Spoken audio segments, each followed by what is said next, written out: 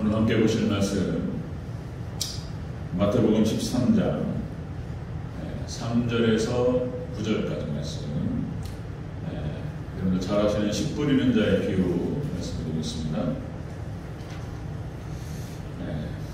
3절부터 9절까지 한 절씩 교독하고 9절을 같이 읽겠습니다. 3절 제가 먼저 읽습니다. 예수님께서 비유로 여러 가지를 그들에게 말씀하여 이르시되 씨를 뿌리는 자가 뿌리러 나가서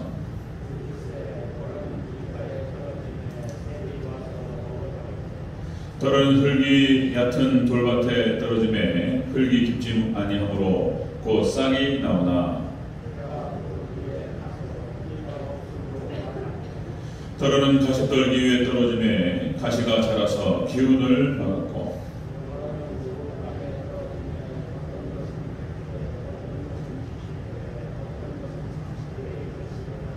함께 있습니다. 귀 있는 자는 들으라 하시니라. 아멘. 네, 인사하겠습니다. 오직 예수님, 예수님의 은혜 건강 넘치시기를 축원합니다. 아멘. 그러고 보니까 그냥 이렇게 안 좋은 일들이 이번 주에 있어서 그렇습니다. 기도 좀 근신하면서 좀 더 기도 시간을 좀 늘리고 그럴 필요가 있겠다, 이런 생각이 듭니다. 네, 오늘 함께 읽으신 마태복음 13장 우리 3절부터 9절 말씀, 오늘 본문을 토대로 여러분 잘 아시는 씨 뿌리는 자의 비유라는 제목으로 말씀 받겠습니다. 씨 뿌리는 자의 비유. 제가 보니까 한 2년 전에, 2년 좀 넘은 것 같아요. 오예배 때 한번 살펴봤었는데, 전체적으로 비유를 수요예배를 이렇게 좀 잡으면서 다시 한번 확인하고 연결 지점이 있어서요. 확인하고 좀 그렇게 진행을 할 필요가 있겠다, 이렇게 싶어서, 또 이제 다른 적용점을 찾고 그렇게 해서 이제 씨 뿌리는 자의 비유 다시 한번 진행하면서 이렇게 들어가도록 하겠습니다. 마태복음 13장은 예수님께서 천국을 비유하신 장입니다. 그러니까 이제 이 13장에 7가지의 비유가 나옵니다. 7가지 비유. 그러면서 대표적인 예수님의 그 비유장이다, 이렇게 얘기할 수 있겠습니다. 천국은, 여러분들, 천국은 사도 바울이 그런 표현을 하죠. 3층천 하늘을 보고 내려와서 고린도후서 12장 1절에 4절에서 그렇게 표현하는데요. 천국을 갖다가 말로, 사람의 말로 가히 이르지 못할 말이로다, 이렇게 표현한단 말이죠. 어떻게 표현할 수가 없어요. 그래서 요한은 계시록에서 다 보석으로만 표현했습니다. 뭐가 막 찬란하고 막 이러니까 어떻게 이 땅에 있는 것으로 비유할 수도 없고 어떻게 할 수가 없어가지고 그냥 보석으로만 비유를 했어요. 그러니까 이제 하나님의 세계에 대해서 우리 이 지구상에서 표현할 수 있는 언어가 적절한 언어가 없어요. 우리 한국어가 표현력이 가장 넓어요. 전 세계에서. 이 한국어가 대단한 언어입니다. 그런데 한국말로도 안 돼요. 그래서 이제 하나님의 언어를 상징이다, 이렇게 표현했습니다. 하나님께서 상징적으로 비유로 표현하셔요. 자, 마태복음 13장에서 예수님께서 천국을 비유하시는데 이렇게 해서 7가지로 비유를 하셨다라고 하는 것입니다. 오늘 말씀은 13장 18절에서 33절까지 예수님께서 이 씨 뿌리는 자의 비유에 대해서 설명해 주셔요. 해석을 다 해주십니다. 자, 7가지 이 비유가 나오는데요. 천국 비유. 첫 번째가 이제 씨 뿌리는 자의 비유, 두 번째가 알곡과 가라지 비유, 세 번째가 겨자씨 비유, 네 번째가 누룩 비유, 네 번째가 누룩 비유, 다섯 번째가 밭에 감추인 보화 비유, 여섯 번째가 진주 비유, 일곱 번째가 그물 비유, 이렇게 됩니다. 이 비유 7가지가 놀랍게 기억나시는지 모르겠습니다. 교회사 2000년 역사를 또 여기에 잘 담아놨습니다. 이 예수님께 씨를 뿌린다라고 하는 것은 이제 쭉 설명하겠지만 복음을 이야기하고, 그리고 마지막에 그물 비유를 통해서 이제 큰 물고기와 작은 물고기를 구분합니다. 이게 심판의 의미예요. 그래서 이제 큰 물고기를 담아서 가져가요. 작은 물고기는 버린다, 이렇게 나와 있습니다. 이게 종말에 대한 예언입니다. 그래서 이 천국 비유가 복음에 대한 이야기이기 때문에 2000년 교회 역사를 잘 담고 있다라고 볼 수 있습니다. 놀라워요. 이게 정확하게 딱 떨어지는 얘기가 되겠습니다. 자, 씨 뿌리는 자의 비유는 초대교회를 상징하는데 사실상 우리는 지금 오늘날 우리가 들어야 될 말씀으로 들어야 될 줄로 믿습니다. 오늘 들어야 될 말씀으로 잘 받으셔야 되는 거예요. 당시 초대교회 사도시대, 그때는 사도시대고 중세교회 시대를 갖다 얘기하니까 그때는 중세 이게 아니고 이 일곱 시대를 쭉 설명하지만 오늘 우리가 들어야 될 말씀으로 받아야 된다. 자, 이런 말씀이 되겠습니다. 자, 한번 같이 한번 들어가면서 살펴보도록 하겠습니다. 자, 씨 뿌리는 자의 비유 첫 번째로 뿌리는 자가 씨를 뿌렸다 라고 기록되어 있습니다. 우리 3절과 4절을 같이 읽겠습니다. 3절만 읽겠습니다. 시작. 예수님께서 비유로 여러 가지를 그들에게 말씀하여 이르시되 씨를 뿌리는 자가 뿌리러 나가서 아멘. 씨를 뿌리는 자가 뿌리러 나갔다. 여기서 씨를 뿌렸다라고 하는 것은 이 뿌리는 자는 예수님을 비유하는 것이고요. 그리고 이 씨는 복음을 이야기하는 것입니다. 예수님께서 그래서 복음을 전파하셨다 이런 뜻이에요. 이걸 갖다가 이제 씨 뿌리는 자의 비유로 말씀을 하시는 거예요. 자, 이 뿌린다라고 하는 것은 이제 흐트러뜨리다. 이 뿌리다라는 거예요. 쫙 뿌리는 거예요. 제가 농촌에 이제 그 시골교회 있을 때 농활 활동을 하면은 밭 일하러 갔다가 쫙 이렇게 이제 그 뭡니까 그 기경한다고 그러죠. 쫙 갈아엎어요. 그 다음에 거름을 뿌리는데 거름을 쫙 뿌리면 나갑니다. 그거 굉장히 힘들더라고요. 여기다 20kg, 30kg를 메고 그리고 막 허리 아프고 이런 거예요. 그걸 갖다가 농촌에 젊은 사람들이 없어가지고 60대, 70대 어르신들이 해요. 80대가 옵니다. 이렇게 하는데 농활활동 가서 청년들 하는데 애썼어요. 그리고 쫙쫙 뿌린다는 것이죠. 자, 여기서 이제 예수님께서 이 땅에 오셔서 공생애를 시작하시고 3년 동안 하신 일이 바로 복음을 전파하시고 복음의 씨앗을 뿌리셨다라고 하는 것입니다. 여러분들, 예수님께서 이 하신 사역의 핵심이 바로 복음 사역이었어요. 여기 안에 다 들어가는 거예요. 처음부터 끝까지 알파와 오메가, 기독교의 처음과 끝이 그냥 복음인 거예요. 복음을 증거하고 복음을 뿌리고 이렇게 하는 것입니다. 이것이 예수님께서 공생을 3년 동안 하신 일이었고, 그리고 제자들에게 맡기신 일이 바로 이 일이었다. 그리고 교회에게 주신 사명이 바로 또 이것이다 라고 하는 것입니다. 자, 씨 뿌리는 자의 비유를 통해서 말씀하십니다. 예수님께서 복음을 전파하셨다 이렇게 말씀하셔요. 자, 예수님께서 이 땅에 오셔서 세 가지 사역을 하셨다. 여러 번 반복에 계속 반복입니다. 그러니까 이제 여러분들이 이제 이렇게 듣다 보면은 아시는 거예요.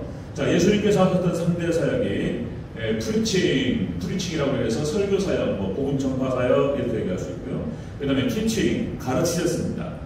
그리고 세 번째가 힐링, 그래서 이제 치료하셨어요. 그래서 이제 병든 자를 고치시고, 귀신이나 떠나가라. 그죠?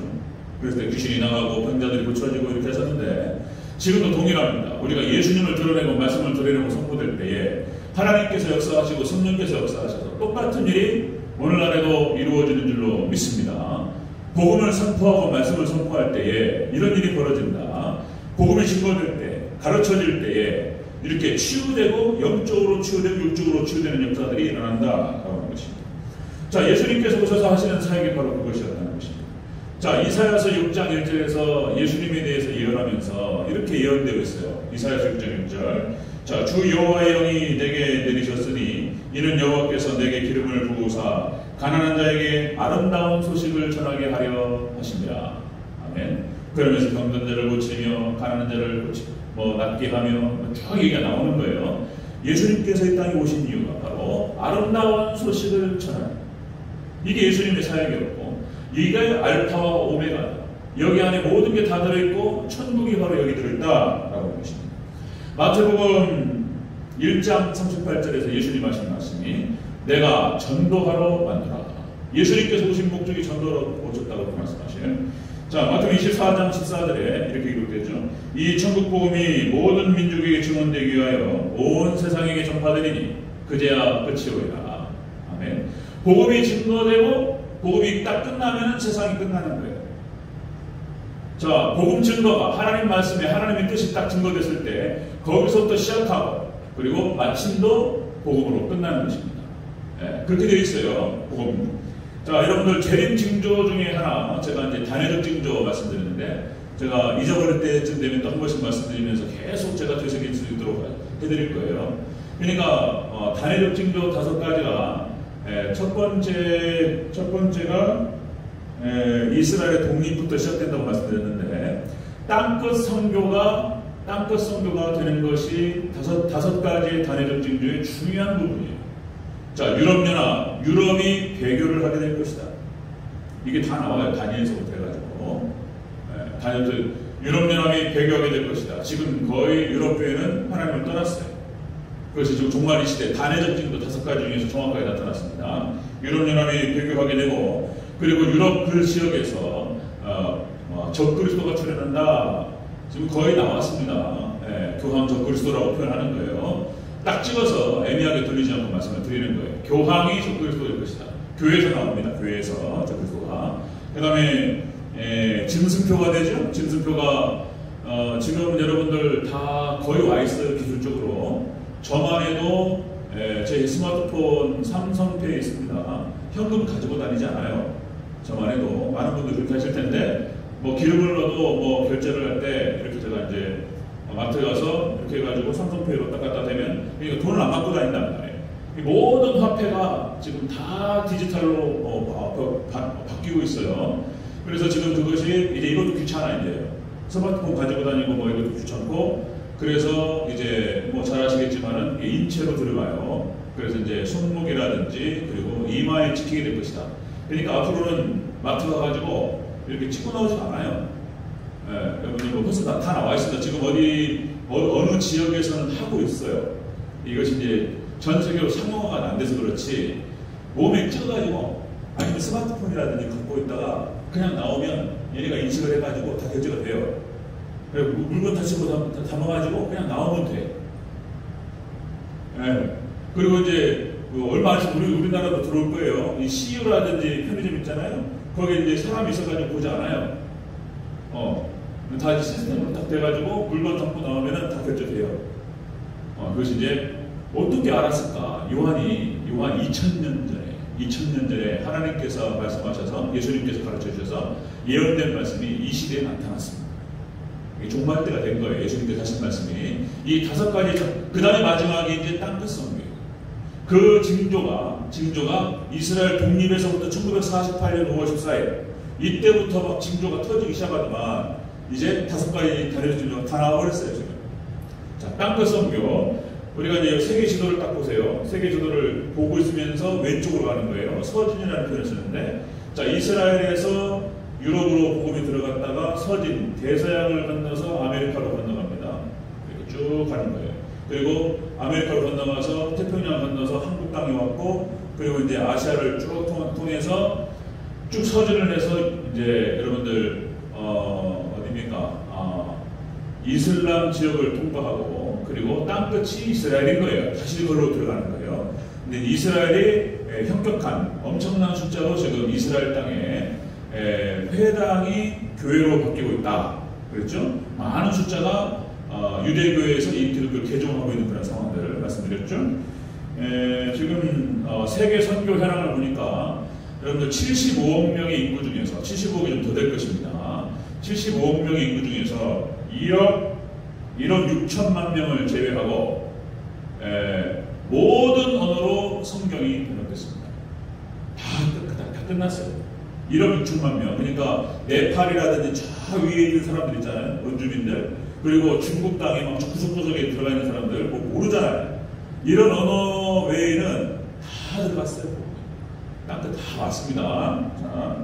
자, 이제 씨 뿌리는 자 비유를 통해서 예수님 말씀하시는 거예요. 예수님께서 복음을 전파하셨어요. 이제 예수님 몸 대신 교회가 그 사명을 맡아서 지금까지 해왔습니다. 거의 다 왔어요. 자, 씨 뿌리는 자 비유 첫 번째 그것입니다. 두 번째는 씨 뿌리는 자 비유로 길가와 돌밭과 가시떨기에 떨어졌어요.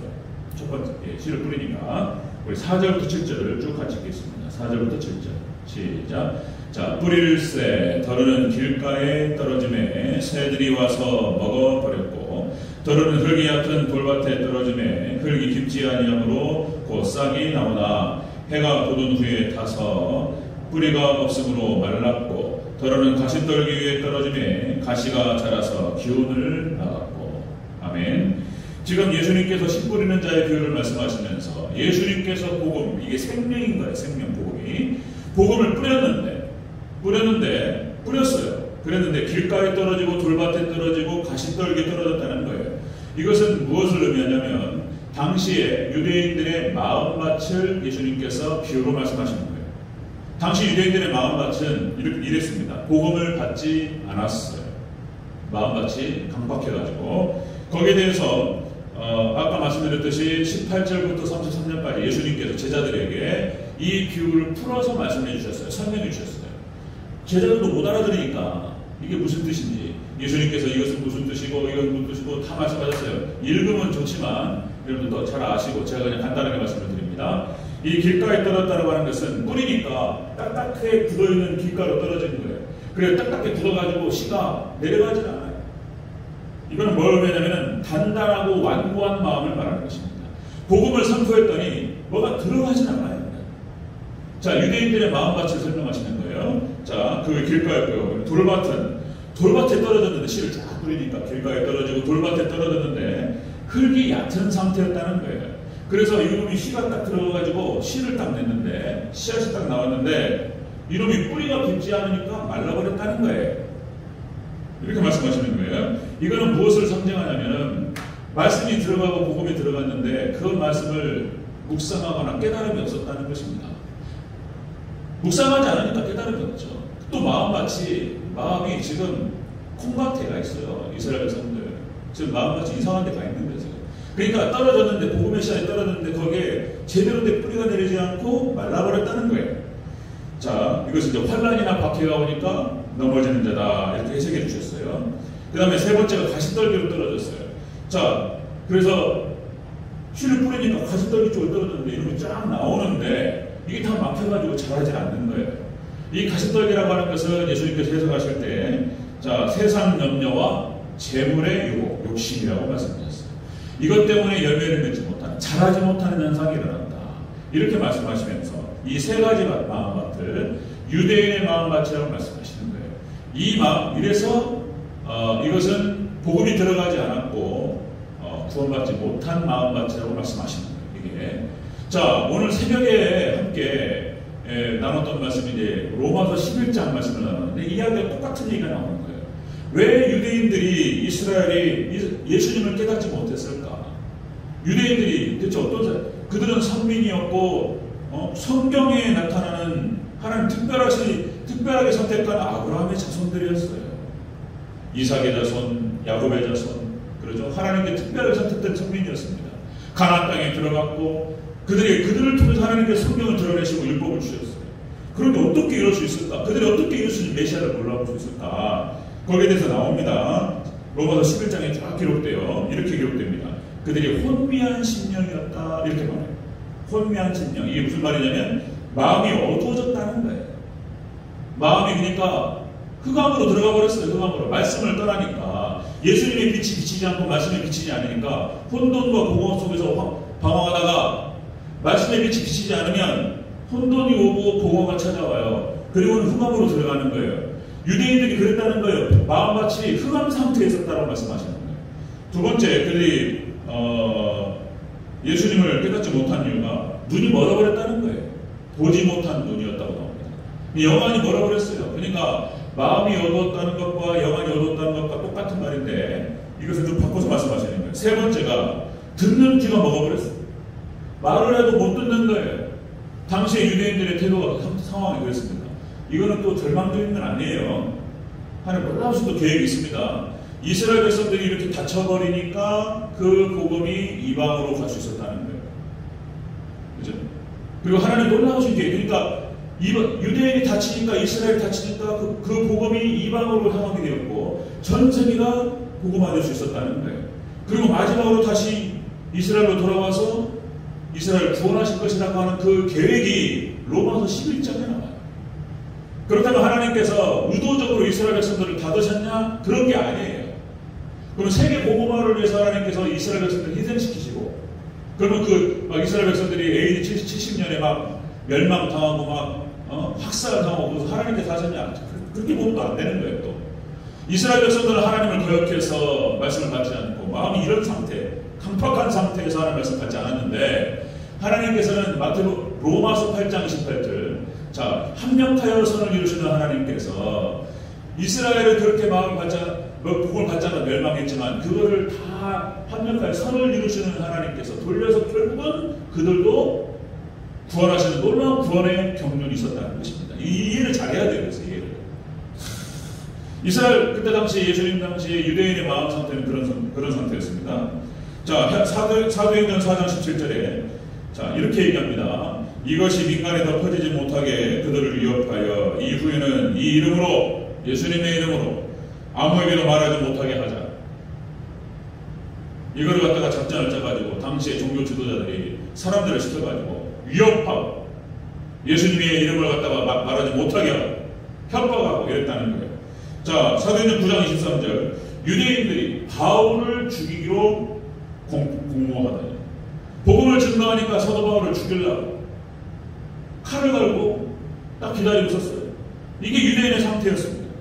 자, 사도행전 14장 2절, 사도 바울이 이방에 가가지고 계속 소아시아에 가서 복음을 증거하는데 이렇게 나옵니다. 유대인들이 이방인들의 마음을 선동하여 형제들에게 악감을 품게 하더니 복음을 증거했더니 거기에 믿는 자도 있었고 복음을 믿지 않는 자도 있었습니다.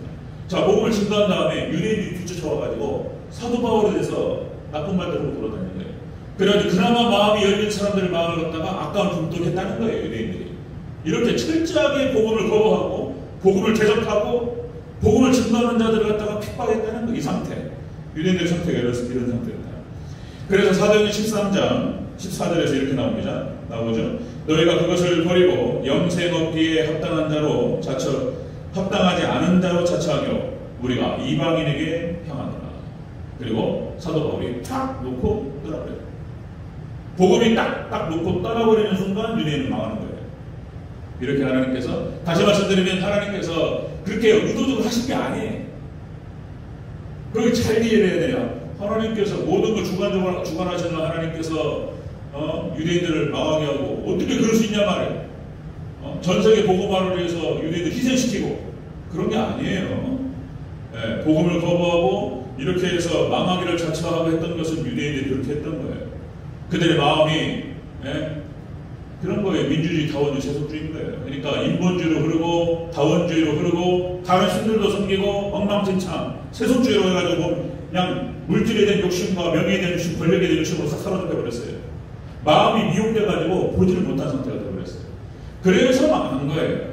그런데 하나님께서는 그조차도 합력하여 선을 이루시고 그것을 통해서 이방인들을 하나님께로 돌아오게 하시고 그리고 그들을 다시 유대인들을 구원하신다는 거예요.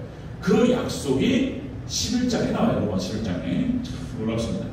그러니까 성경을 보니까 패턴이 똑같아요. 노아 시대 때에도 그렇게 해서 하나님의 심판을 선포하고 돌아오라 얘기했는데 돌아오지 않아요. 구약의 이스라엘이 멸망할 때도 똑같은 방식이었고 신약의 유대인들이 멸망할 때도 똑같은 방식이었어요. 안 들어요, 마음이. 이거 오늘 정말 이 시대도 똑같아요.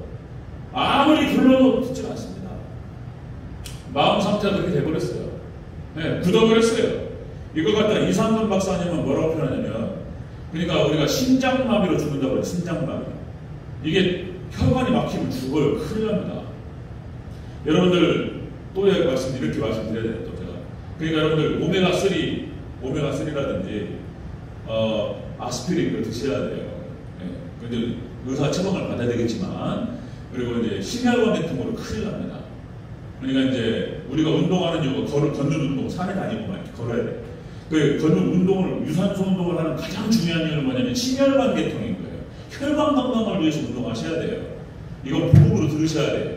아멘? 일주일에 한 3-4번 하셔야 돼요. 귀찮아. 꼭 하셔요. 아멘? 심혈이, 그래서 이 오메가3나 이런 것들이 혈관을 청소한다는 거잖아요. 비타민 C 같은 것들이 혈관을 튼튼하게 한단 말이에요. 이거 드셔야 돼요. 그리고 운동하셔야 돼요. 예. 이런 게 중요한 거예요. 먼저 얘기하다가 그러니까 자, 여러분들 마지막 때 이렇게 종말이 되다 보니까 세속성에 사로잡혀가지고 마음이 뭐라고 그랬어요? 이 얘기하려다가 그러니까 그 심장마비, 혈관이 막혀가지고 여기서 터지면 큰일 나. 여기서 터지면 죽잖아. 심장마비. 근데 이게 이제 뭐라고 표현해? 심령마비래. 심령마비. 당시 유대인이 망할 때 심령이 마비되어버렸다는 거예요. 심령이. 마음이 하나님을 떠나버렸어요. 자, 여러분들 잠언서 4장 23절 말씀. 잠언서 4장 23절 이렇게 표현하죠. 무릇 지킬 만한 것보다 더욱 네 마음을 지키라. 이에서 생명의 근원이 이에서 남이니라. 아멘. 여러분 마음을 잘 지키시기를 주 여러분으로 축원합니다. 마음이 떠나버려. 마음이 하나님으로부터 말씀에서부터 멀어져 버렸다는 거예요. 그래서 또 강조하는 거예요. 저는 계속해서 계속 강조해야 되는 거예요. 그러니까 여러분들 공예배가 중요한 거예요. 공예배가.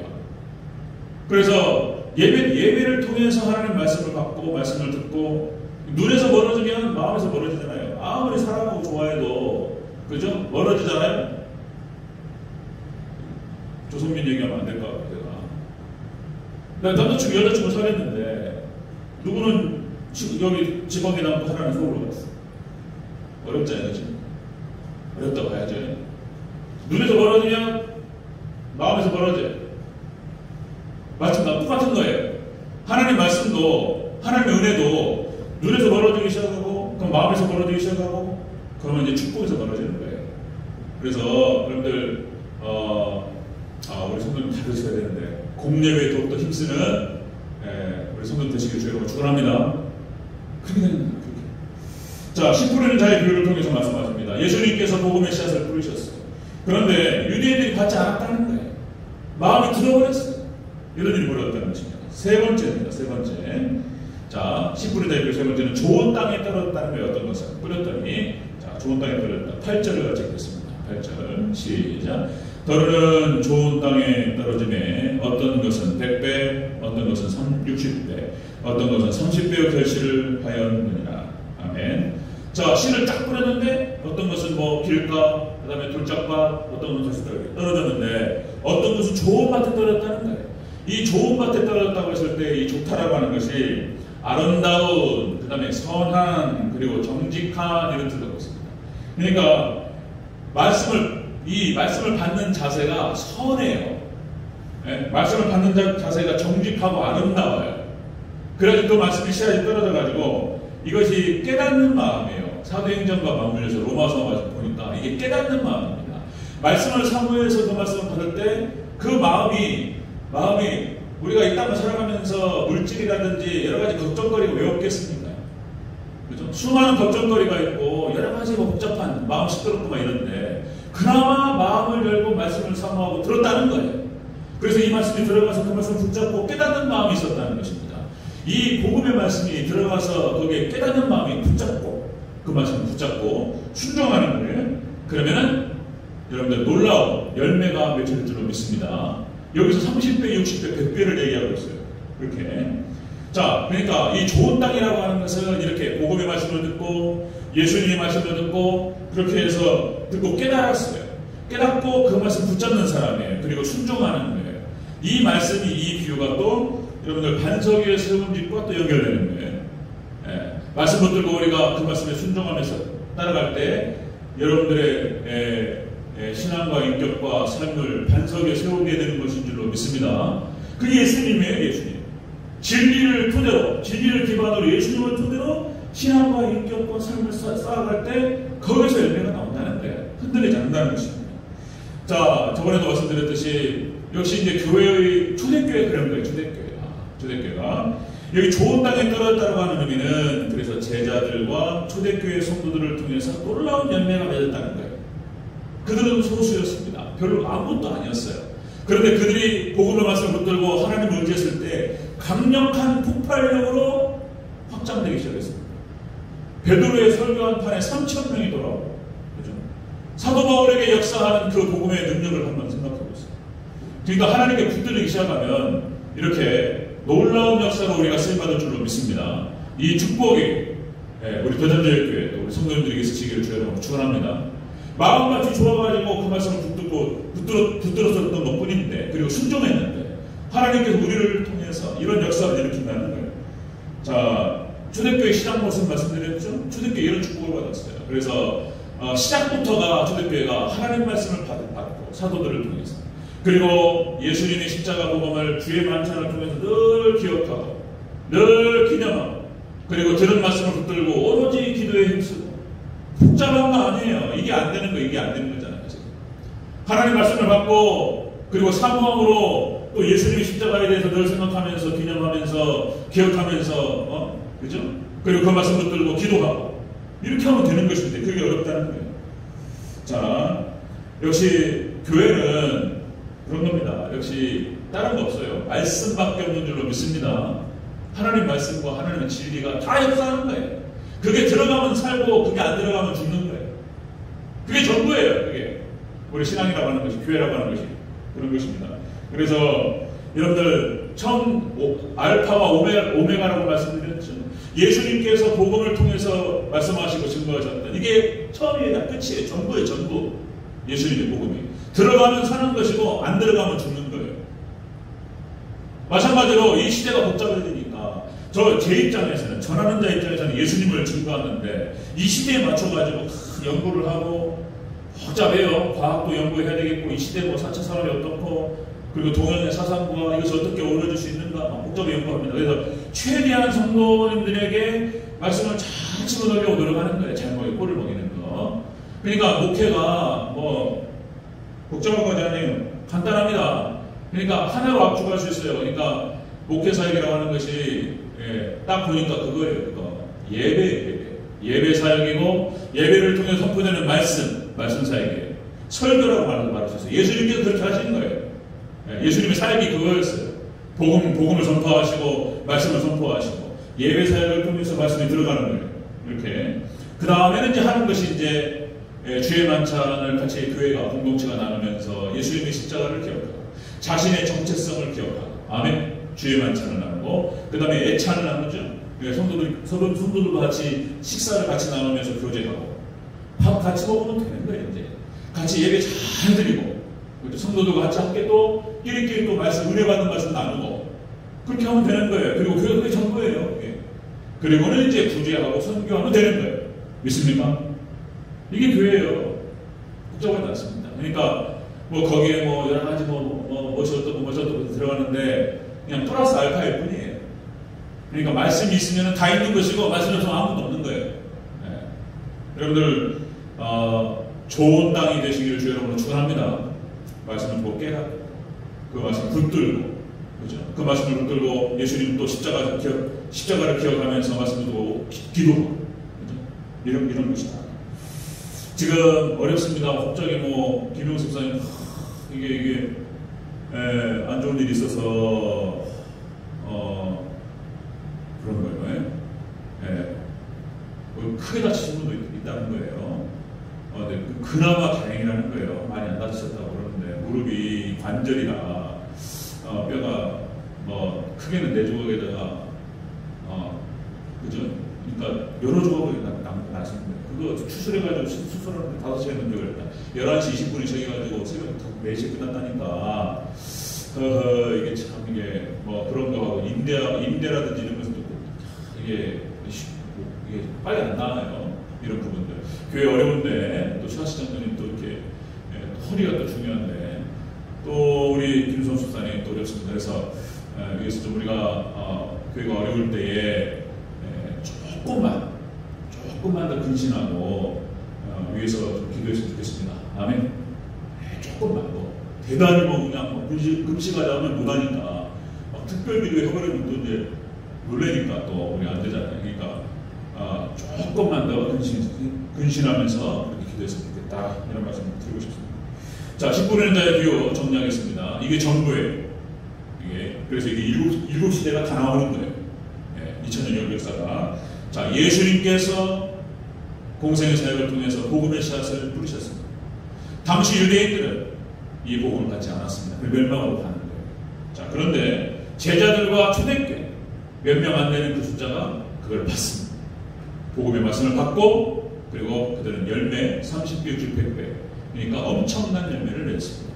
자, 마찬가지로 이것이 당시에 사도 시대를 얘기하고 있기는 하지만은 오늘 이 시대에 우리가 들어야 될 말씀으로 갖고 여러분들 복음이 선포된 말씀 받을 때 믿음으로 받으시고 깨달은 마음으로 붙드시기를 주 여러분으로 축원합니다.